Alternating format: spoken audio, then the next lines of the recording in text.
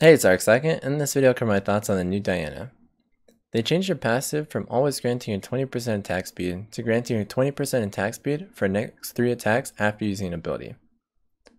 This is a nerf when Diana is trying to hold her spells, especially when she's trying to prep her passive for a combo. It's also a nerf when she doesn't have the cooldown available for the spell or doesn't have the mana for the spell.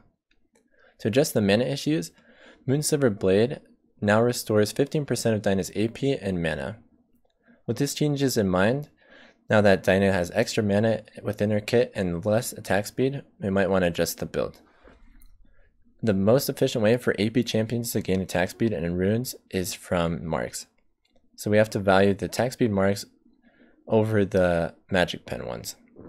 Magic pen will still have a stronger impact in lane. The attack speed won't give her that much extra power throughout the laning phase, the early game, when the runes are the most important. And therefore I think we still want the magic pen runes for the extra power throughout the game. Now for the extra mana, we want to look at this mana, the amount of mana we're actually restoring. This is really nice early in lane. It makes a big difference when our mana costs are still fairly low. Later on, our mana costs get fairly expensive. W goes up to 100 mana, and our ult goes up to 80 mana, which we're often using twice, and we're using all of our spells constantly, multiple times through a fight, and then also while clearing. Diana has a heavy clear style, requires a lot of gold. So we're looking at if we want to give up Rod of Ages. Even with the extra mana, Rod of Ages is still an extremely efficient item for her. Later we gain 500 health and 100 AP. These stats alone make Rod of Ages an extremely attractive item for her, and the mana still becomes extremely efficient later on. With these changes though, Diana, especially with W now only costing 40 mana early, Diana has a lot more pressure early game. She has a lot more mana throughout the laning phase, so she can pressure and keep the push a lot easier. So these changes are definitely nice. Now onto her Q. Her Q has a 2-second lower cooldown. This is really nice since we're often leashing for raptors now with Q, and it does make Q start a little more attractive, especially in some matchups where you can't get the push, where the enemy can contest your push really heavily into matchups like Lucian right now. In most cases, we still want the Ws. Moving on to our E, so now every time we use our passive, after we have a point, we now gain the passive is moved up to 50%, scaling up to 90%. So with this change, we have this really helps when in skirmishes. You can feel this change heavily early game, having the extra 50% when you're trading with the enemy allows you to proc your passive a lot easier in some of the trades that you're taking. With the bonus attack speed that we now gain, scaling up to 90%, there's a chance we would want to take E second over W. However, with W, even with the mana cost going up, W is still a better spell to have than the change from 40 attack speed versus how strong W isn't quite worth it. The build order still remains the same on Diana. This, however, is more, having E, you're more likely to take it at level 3, is the change. But overall, you're still maxing W second. The other change within the build might be that we might switch to Lichbane over Nashor's Tooth, since we now have so much extra attack speed. So we'll look at the cost efficiency, and we're getting these numbers from the League of Legends wiki. We'll be looking at Nashor's versus Lichbane.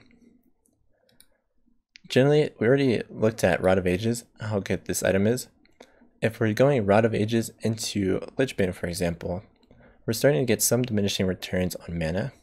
Mana is extremely valuable, but with the extra amount, it becomes a little less valuable. We're also going to be missing out on some CDR compared to Nashor's Tooth, the 20%. In CDR on our new kit, since we're granted that extra attack speed based off of a cooldown, CDR has become slightly more valuable. So the combination of Rod of Ages Lichbane isn't as good. It'd be more likely that you're doing a build without Rod of Ages if you're going for Lichbane, but I think the Rod of Ages Nashor's combo is still stronger. Nashor's Tooth also costs 200 less gold than Lichbane. And if we also look at the on-hit damage that we're receiving, since it gives 15, after 300 AP, the actual AP ratio on hit damage becomes higher for Lichbane. We do have to get the 3 autos off, but then once we get the extra passive off, the damage becomes significantly higher with Nashor's, and we're using that far more frequently. So throughout the game, we'll be doing a lot more damage with Nashers. And it also makes it easier to prep your passive, which will be a lot more damage within that combo, even without the additional autos, just with the one. Nashers Tooth, yeah, 200 less gold.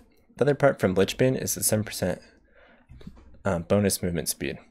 With how Diana's kit works and for fighting styles, the movement speed actually isn't as useful. With her on-hit combos, she's fairly stationary, and then with her 2 Rs, she already has that mobility within her kit, and she also has the E to adjust the movement of players.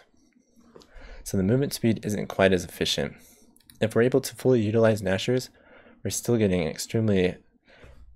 we're able to do a lot more with Diana, or putting out a lot more damage. And the combination of Roulette of Ages and Nash is extremely efficient. For the last 3 items, we have to stick with the core, so these are the ones we're looking at, since the last items are Deathcap, Void Staff, and Hourglass. Those are still core on Diana. Now the other part, if we're changing any of the combos. If you're jungling her, you're definitely spacing out the abilities.